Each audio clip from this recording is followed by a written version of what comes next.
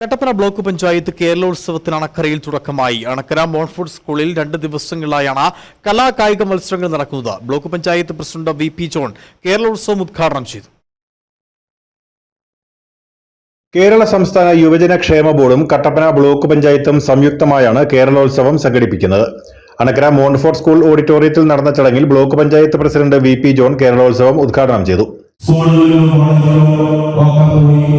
ഈ രംഗത്ത് മത്സരങ്ങളിൽ പങ്കെടുക്കാൻ കഴിയാതിരുന്ന അതിനവസരം ലഭിക്കാതിരുന്ന കുറെ നമ്മുടെ സമൂഹത്തിലെ ചെറുപ്പക്കാർക്ക് കൂടി അവരുടെ അഭിരുചികൾ പ്രകടിപ്പിക്കുന്നതിന് അവരുടെ കഴിവുകൾ പൊതുസമൂഹത്തിൽ അവതരിപ്പിക്കുന്നതിനും വിജയിക്കുന്നതിനൊക്കെ വേണ്ടിയുള്ള അവസരം എന്നതിലാണ് കേരള സംസ്ഥാന യുവജന വൈസ് പ്രസിഡന്റ് കുസുമം സതീഷ് യോഗത്തിൽ അധ്യക്ഷത വഹിച്ചു.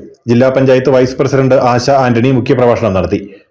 അയ്യപ്പൻകോവിൽ ഗ്രാമപഞ്ചായത്ത് president Jaimol Johnson, block panchayat ആരോഗ്യ standing committee chairman Lalachan Vallakkada, വികസന standing committee chairperson Savitha Binu, ക്ഷേമകാര്യ standing committee chairperson Jalaja Vinod, block panchayat അംഗങ്ങളായ Annamma Johnson, Shiny Roy, Ranjith Kumar Nagayya, Rajalakshmi K R, Manoj M T, Chakkuvallam ഗ്രാമപഞ്ചായത്ത് അംഗങ്ങളായ Ammini Gopalakrishnan, Mathew P T, block panchayat secretary Baby Rajani P R എന്നിവർ സംസാരിച്ചു.